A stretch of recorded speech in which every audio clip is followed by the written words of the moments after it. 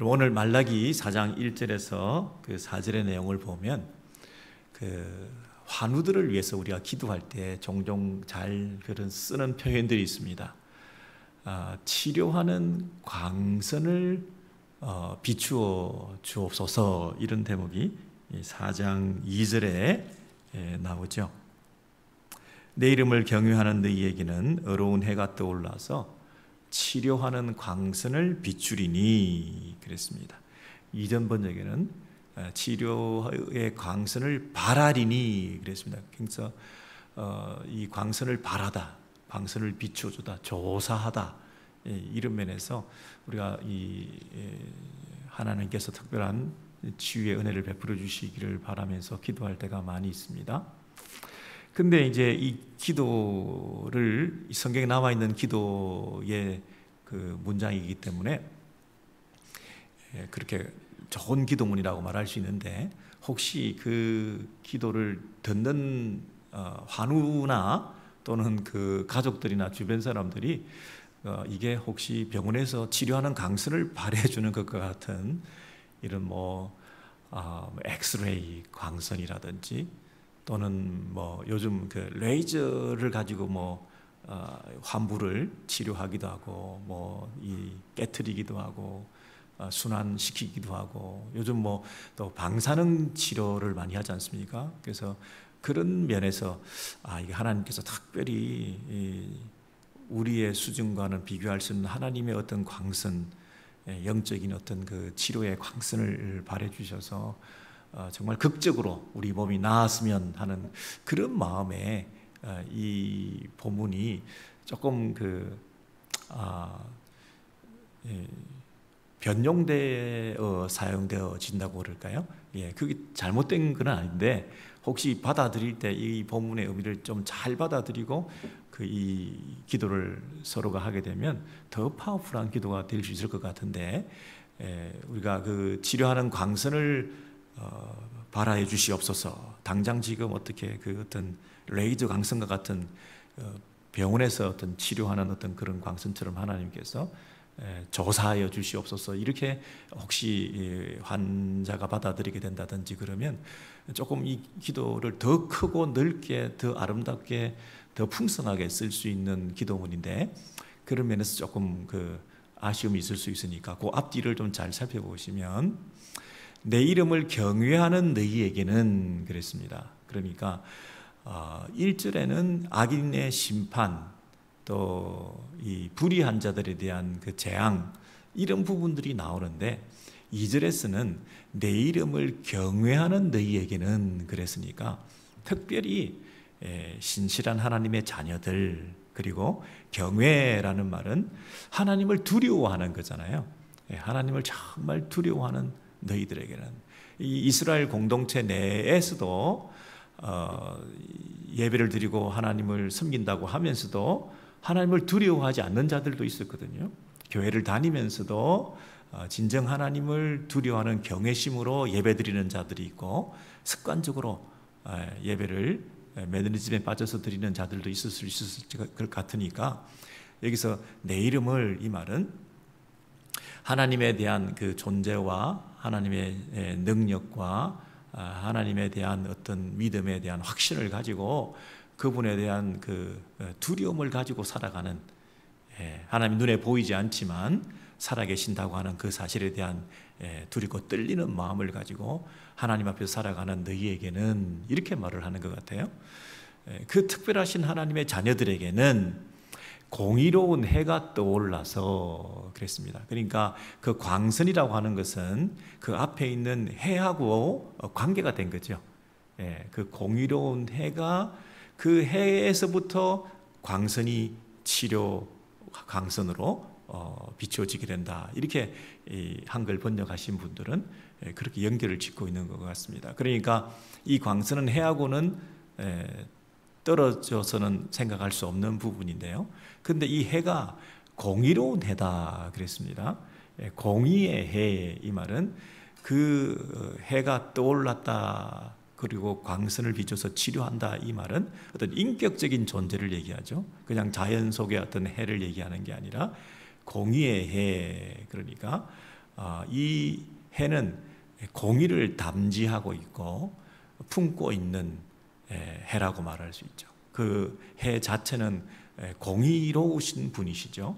근데 그 공의의 해는 그 해를 비추어 주는 광선을 통해서 공의를 전달할 수 있는, 공의의 해는 공의를 전달하는, 그래서 공의롭지 못한 자들에게 공의를 덮어주는, 공의를 덧입혀주는, 공의를 비춰줘서 그들도 공의롭게 만드는, 사람에게 비춰줘서 불의한 그들에게 의롭게 만들어주는 해다, 이렇게 말할 수 있죠.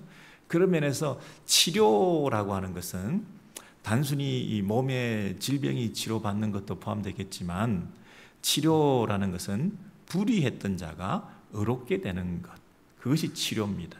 그렇죠?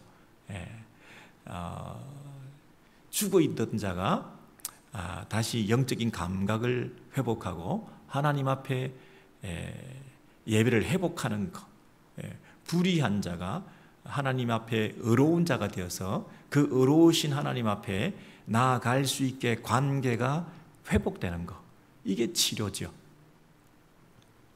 진정한 치료는 영적인 면에서 우리가 하나님 앞에 설 수 있게 되는 것, 감히 하나님을 바라볼 수도 없던 불의한 죄 많은 우리들이 이 의를 덧입어 하나님 앞에 나아갈 수 있게 된 이 사실, 이 구원이라고 하는 것을 말하는 거예요. 구원, 또 내가 발광체가 되어서 내 안에서 의를 생산하고 내 안에 자생적인 의가 있으므로, 아니면 내가 선을 행하는 의의 삶을 통해서 그 의가 축적되어 가지고 어느 날 그 의에 이르게 되는, 득도하게 되고 의에 이르게 되는 그런 차원에서 나로부터 시작된 게 아니라 순전히 은혜로 덧입어서 주어져서 비추어져서 어두웠던 것이 밝아짐을 통해서 하나님의 의의 자리에 이르게 되었다는 면에서 이게 순전히 은혜로 덧입게 되는 그 의로움을 말하고 있는 거죠. 그러니까 나로부터 시작된 것이 아니니 이게 모든 것이 은혜고, 그리고 내가 노력해서 받을 수 없었던 은혜를 우리가 의를 선물로 받았으니 이거는 감격이죠. 기쁨이죠. 그래서 이것은 마치 어떤 존재와 같았냐면, 너희가 나가서 외양간에서 나온 송아지 같이 뛰리라 그랬습니다. 여러분, 외양간에서 나온 송아지는 그동안 이 외양간에 가두어져 있었거든요. 그리고 지난밤에 어두웠습니다. 밤에 내내 어두웠습니다. 그리고 추웠습니다.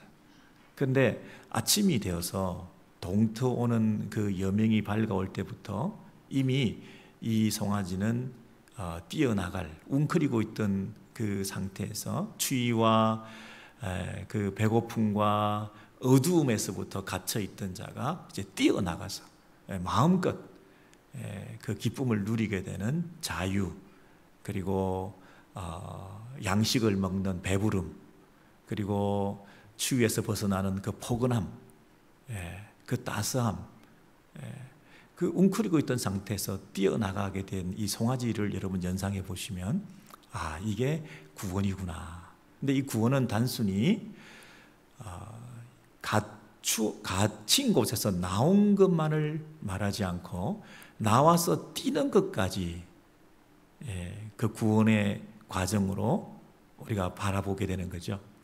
우리가 단순히 예수 믿고 구원받았다 하는 것으로 구원이 완성된 것이 아니라 구원의 그 복음을 살면서 누리는 것을 말하는 거죠. 단순히 영적인 차원에서 구원받았습니다가 아니라 실제적으로 우리의 삶 가운데서 구원을 만끽하는 거죠.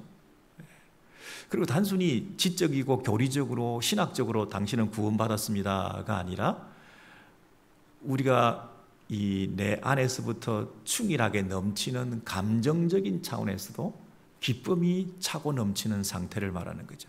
내 안에 그냥 지적으로 구원받았구나, 예수의 십자가를 통해서 나는 죄 용서를 받았구나 하는 차원에서 교리적으로 알게 된 그 구원이 아니라 감정적으로 우리의 지정의가 온전하게 전인격적으로 이 외양간에서 나온 송아지가 막 뛰면서 기뻐하는 것처럼 내 안에서 그 뜨거움과 간절함과 감사와 기쁨이 차고 넘치어서 말할 수 없는 감격 속에 살아가는 그 모습, 이것이 우리의 구원이다, 이렇게 말할 수 있죠. 그러니까 구원은 지정의의 모든 면에서 전인격적인 구원이다. 그렇지, 우리의 구원은 이 교리적이고 신학적이고 지적인 것만 아니라 우리의 모든 삶의 영역에서 실제적으로 이 구원을 누리게 되는 것이다. 몸이 구속당했다가 몸이 풀려난 구원이 아니라 영적으로 하나님과의 관계의 회복을 이루게 되고, 하나님과 관계가 회복된 우리 모두는 이웃과의 관계도, 형제들과의 관계도 회복되는 것이, 신체의 구속에서 벗어났을 뿐 아니라 관계의 회복에 이르게 되는 그 모든 구원, 전인격적이고 전우주적인 구원이 내 안에서 일어나게 된 것, 그것이 구원이다, 이렇게 말할 수 있죠.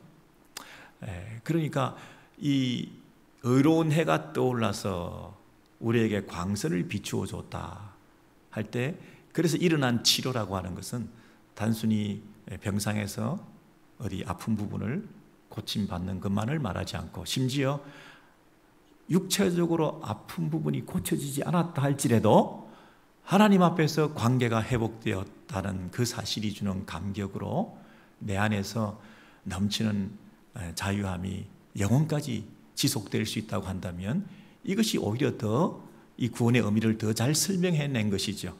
하나님과 관계 회복 없이 그냥 몸만 살아나가지고 다시 병이 고침받아서 뛰어나가서 또 세상적으로 살다가 또 아프고 병들어서 또 그 일을 반복하면서 또 치료하는 소위 광선을 발휘해서 내가 다시 살아나고 일어나고 하는 걸 반복하는 것은 치료가 제대로 된 게 아니라는 거죠. 진정한 의사가 치료할 수 있는 방법은 하나님과의 관계를 이어주는 것이죠. 몸이 때로는 불편할 수 있지만 하나님과의 관계가 회복되어지면 그 하나님과의 관계 속에서 온전한 치유를 통하여 영원히 살게 되는 그 구원을 진정한 치료라고 말할 수 있는 것이죠. 그 얘기를 3절에서 이렇게 얘기를 하고 있는데, 3절 한번 비춰봐 주시죠. 또 너희가 악인을 밟을 것이니 그들이 내가 정한 날에 너희 발바닥 밑에 재와 같으리라, 만군의 여호와의 말이니라 그랬습니다. 여러분, 또라는 말은 2절에서부터 더해가지고 하나 더, 또 너희가 악인을 밟을 것이니 그랬습니다. 그동안 악인과 의인의 관계에 대해서 이 세상에서는 우리가 불편한 시선이 있었습니다. 악인이 형통하고 의인이 고난을 당하고 세상은 페어하지 않고 뭐가 이러냐, 하나님의 정의는 어디 갔느냐, 이런 생각을 하고 있었던 자들에게 너희가 악인을 밟을 것이니 그들이 너희 발바닥 밑에 재와 같아 그랬습니다. 여러분, 재는 다 태워진 것인데 그 재를 우리가 발바닥으로 밟고 있다는 이것은 우리가 완전한 승리, 그리고 이 발바닥 밑에 재와 같아, 이 얘기는 다시는 그 악인들이 회복될 수가 없는 상태, 이거는 완전한 승리 그리고 영원한 승리를 말하고 있습니다. 그런데 그것은 언제 일어나느냐 하면 내가 정한 날에 그랬습니다. 하나님께서 정하신 때에, 하나님께서 일하시기로 하고 나서실 때에, 이렇게 말하는 거죠.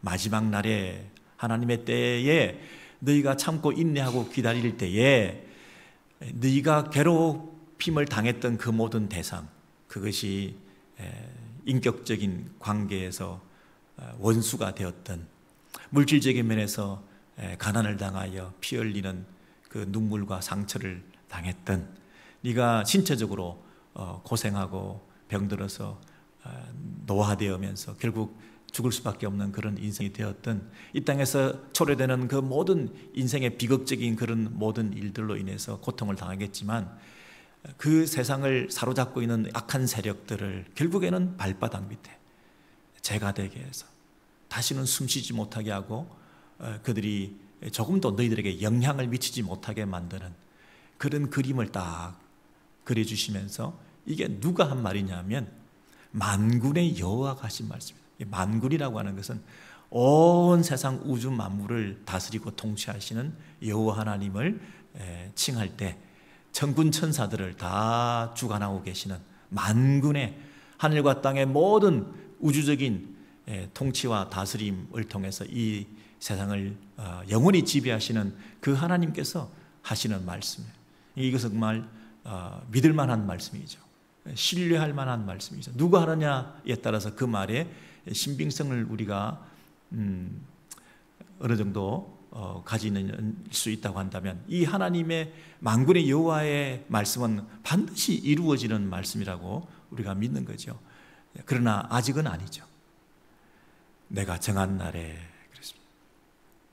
그래서 이 땅에서 치료의 광선을 비추어 주셔서 우리에게 의의 선물을 주시고 이제 하나님 앞에서 구원의 감격을 가진 자들이 그 감격을 이 땅에서 누리면서도 그러나 완전한 구원과 영원한 안식과 온전한 치료는 그날에 있을 것이니 그날을 기다리며 믿음을 가져라, 이렇게 본문을 말하고 있는 것이죠.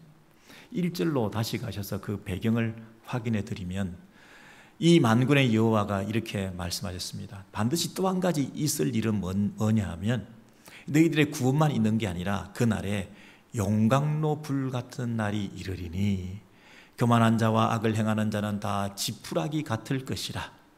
초계와 같아. 지푸라기는 태워지는 거 아니겠어요? 그 이르는 날에 그들을 살라 그 뿌리와 가지를 남기지 아니할 것이로되. 여러분, 뿌리와 가지를 남기지 않는다는 얘기는 어떤 얘기입니까? 가지가 잎사귀가 없어지더라도 뿌리는 남아있으면 다시 회복의 가능성이 있는데 뿌리조차도 가지조차도 하나도 남기지 않는다는 얘기는 영원한 멸망이다, 패망이다. 그리고 이것은 열매 맺지 못한다, 열매가 없다. 근데 그것에 반해서 여호와를 경외하는 너희들에게는 이렇게 말했잖아요. 이 용광로 풀무불 불 사르는 거, 이 비유와 의로운 태양, 이것이 서로 대조를 이루고 있죠. 둘 다 뜨거운 것인 건데 하나는 죽이는 것이고 하나는 살리는 것이고, 여기서 완전히 불살라 멸망시키는 것에 비해서 이 의로운 태양은 너희들에게 불살르는 게 아니라 따스한 광선으로 품어 안아서 너희를 보호하고 지켜주고 먹여주고 그리고 살아나게 만들고 웅크리고 있던 자들을 회복시켜주고 그리고 절망 가운데 있던 자들을 소망 가운데 그날을 바라보며 살 수 있도록 생명력을 공급해주는 의로운 해가 떠오르게 된다. 이거 뭐라고요? 치료다 그랬습니다. 근데 그 치료한다고 할 때 뒤에 광선이라는 말을 달았는데요. 치료의 광선, 이절에 보시면 그 치료하는 광선이라는 말을 여러분 그 성경에 각주에, 옛날 성경 각주에 보시면 날개 이렇게 되어 있습니다. 치료하는 광선을 비추니 이 번역이 카나프라고 하는 이 날개라고 되어 있습니다. 근데 이 날개가 여러분 그 해와하고 연관이 되기 때문에 해가 아침에 광렬하게 장엄하게 동트올 때 그 해에서부터 비추어주는 이 날개라고 할 수 있는 이런 그림을 연상해 보시면 되겠어요. 날개. 이 날개는 하나의 비유적인 표현인데 그 해가 날개로 너희들을 품어 안는다, 이런 뜻입니다. 그분은 너무나 큰 거대한 넓은 날개를 가지신 분인 거예요. 해를 통해서 따스한 기운으로 우리를 품어 안아주시는 그 날개. 그래서 이 광선이라는 번역은 한글 번역자가 그 해에 비추어서 이 햇살이 따스하게 비추어지는 것으로 의역을 했는데 원래는 하나님의 날개다 이렇게 말해요. 날개는 뭘 상징합니까? 구약에서부터 계속 시편에서도 계속 너를 주의 그늘 날개 아래 품으시고 그랬잖아요. 하나님의 백성을 보호하고 하나님의 백성을 양육하고 하나님의 백성을 지켜주고 그리고 그들의 삶을 인도해 가시는 영원한 안식 가운데 품어주시는 것을 이 날개라고 늘 비유적으로 말씀해 주셨어요. 시편 139편 같은 데 보면 새벽 날개 치며 이런 말이 있습니다. 너희가 새벽 날개 치며 저기를 갈지라도 그랬습니다. 근데 그 새벽 날개라는 것은 새벽의 동토는 이 태양에 관한 표현인 것을 여러분 짐작하실 수 있겠죠. 그 외에도 한 구절만 성경을 찾아보고 말씀을 마무리하겠습니다. 사무엘하를 보시면 사무엘하 23장 3절 이하에 사무엘하 23장 504면이 되겠습니다. 3절 이하에 보시면 3절, 4절 같이 한번 보시겠는데요. 503면 시편 사무엘하 23장 3절입니다. 이스라엘의 하나님이 말씀하시며 같이 읽으실까요? 시작. 이스라엘의 하나님이 말씀하시며 이스라엘의 반석이 내게 이르시기를 사람을 공의로 다스리는 자 하나님을 경외함으로 다스리는 자여 그는 돋는 해의 아침빛 같고 구름 없는 아침 같고 비 내린 후에 광선으로 땅에서 움이 돋는 새풀 같으니라 하시도다. 여러분 4절을 보시면 그는 돋는 해 그랬죠. 돋는 해의 아침빛 같고 구름 없는 아침 같고 이게 연결되어서 번역을 해야 되는데요. 구름이 끼지 않는 아침에 돋아나는 아침 햇살 같이 이 말이죠. 처음 구절은 돋는 해의 아침빛 같고 구름 없는 아침 같고 그렇게 하지 마시고요. 구름 끼지 않는 아침에 구름도 끼지 않는 청명한 아침에 돋아나는 해의 그 아침빛 그 맑은 빛 같고 두 번째는 비 내린 후에 광선으로 땅에서 움이 돋는 새풀 같으니라. 이 말은 비가 내린 후에 땅에서 그 광선을 받아서 새 움이 돋아서 풀이 돋아나는 이런 소생케 되는 생명을 주는 그 광선과 같은 그 지켜주시고 보호해주시고 생명을 주시고 또 웅크리고 있던 자들을 다시 회복해 주시고 주저앉아 있던 자들을 다시 일으켜 주시고 다시 살 소망을 주시고 하는 온 천지 만물 가운데 새 생명의 기운을 불어 넣어 주시는 그분이 누구라고요? 그는 그 앞에 3절을 보시면 3절을 보시죠. 거기 보면 이스라엘의 반석이 내게 이르시기를 사람을 공의로 다스리는 자. 그래서 여기 공의라는 말 나오죠. 사람을 공의로 다스린 자 그리고 하나님을 경외함으로 다스리는 자. 아까 우리가 살펴보았던 말라기서에 나왔던 단어 두 가지를 볼 수 있습니까? 경외 그리고 공의라는 단어 나오죠. 하나님을 경외하는 너희들이요 그랬잖아요. 그죠? 그리고 공의의 해가 떠올라 그랬잖아요. 그 말은 뭡니까? 이 하나님을 경외하는 이 백성들에게 이 공의의 선물을 주시는데 그 공의는 치료를 주는 것인데 아까 그 치료는 어떻게 이루어지느냐 하면 맑은 햇살 그리고 이 소생케 되는 생명력을 주는 이 햇살로서 이 광선을 발하여 주는 그 해와 같이 그 말이죠. 그러니까 이 공의로 다스린다. 이 공의가 시행된다. 공의가 온 땅에 편만하게 된다. 이 땅에 공의의 백성들로 차고 넘치게 만들어 주신다. 하나님을 경외하는 자들에게 이 공의의 선물을 주신다라고 할 때 이 치료는 뭐죠? 하나님의 공의를 덧입는 거죠. 이 공의로운 왕의 통치를 받으며 공의로 편만한 이 세상 나라를 이루어가는 이것이 우리의 치유죠. 회복이죠. 그래서 이 우리가 치료를 받는다 하는 것은 하나님의 공의를 회복하고 우리가 공의의 의인의 삶을, 의로운 삶을 살아갈 뿐 아니라 이제 그 공의를 전달하고 그 의를 세상에 증거하는 이런 의로운 삶으로 우리가 살게 되었다는 것입니다. 그동안 우리는 치료받지 못한 자였어요. 불치병 환자들이었다고요. 웅크리고 있었어요.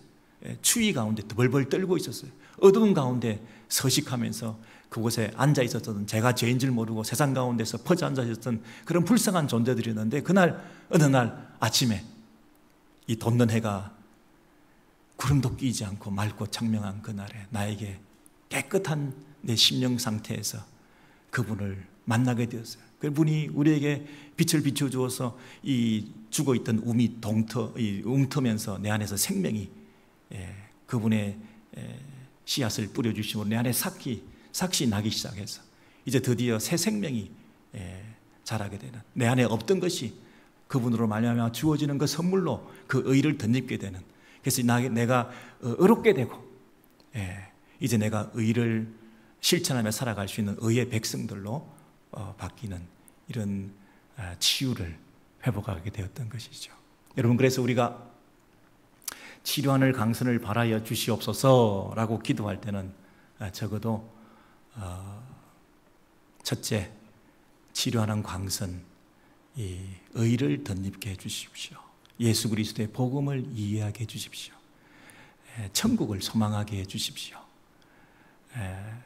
내가 죄인인 것을 깨닫고 죄 가운데서 스스로 의로워지려고 하는 나의 행위를, 노력을 포기하고 하나님을 붙잡게 해주십시오. 우리가 다른 형제를 위해서 치료하는 광선을 바라여 주시옵소서라고 기도할 때는 적어도 하나님, 이 형제에게 복음의 문을 열어주시옵소서. 이 형제가 마음의 빗장을 걸어 잠그고 있지 말고 문을 살며시 열고 햇살이 하나님을 느끼고 호흡할 수 있는 의의 생명의 구원의 그 햇살을 이 영혼에게 비추어 주시옵소서. 마음의 문을 열어 주시옵소서. 여러분, 그 기도를 하게 되는 거죠. 그리고 두 번째로는 지금 당장은 신체적인 구원이 필요하지만 전인격적인, 전우주적인, 그리고 내 전 삶의 구원이 경제적으로, 영적으로, 신체적으로, 관계적으로 모든 면에서 이 영혼에게 일어날 수 있도록 하나님, 이 영혼에게 하나님께서 치료의 광선을 바라여 주시옵소서. 신체적인 구원만을 위한 것이 아니라 그의 전 삶의 영역에서 구원이 일어나기를 기도하는 것이요. 그리고 또 한 가지는 지금은 아니지만 그것이 온전히 이루어질 영원한 구원의 날이 있게 될 것을 기대하면서 소망을 잃지 않게 해주시고 그날까지 참고 견딜 수 있도록 하나님 믿음을 허락해 주시옵소서. 치료하는 광선을, 의에 대한 디자이어를 가지게 되면 그 의의 완성의 날을까지 기다리면서 그 의를 실천하고 살아가는 의로운 삶으로 바뀌게 된 것이거든요. 다시는 포기하지 않고 돌아가지 않는 내 안에 새 생명이 있는 것이거든요. 이 생명을 끝까지 간직하며 그 생명의 완성의 날을 기대하며 살아갈 수 있게 해 주시옵소서. 우리가 그렇게 기도하는 것이죠. 여러분, 여러분의 현재 상태에서 이 치료하는 광선이 필요하시죠? 여러분 안에 그런 전인격적인 구원의 감격이 회복되시고 이 외양간에서 뛰쳐나간 송아지가 그 자유를 만끽하는 것처럼 이 땅에서 그 복음의 감격을 누리시면서 기쁨과 감사 가운데 감정적으로라도 여러분 너무 축축 처지지 마시고 그 구원의 감격과 기쁨을 여러분을 통해서 전달하는 주변의 사람들에게 통로로 쓰임받을 수 있는 정인의 삶을 살아가시기를 소원합니다. 네.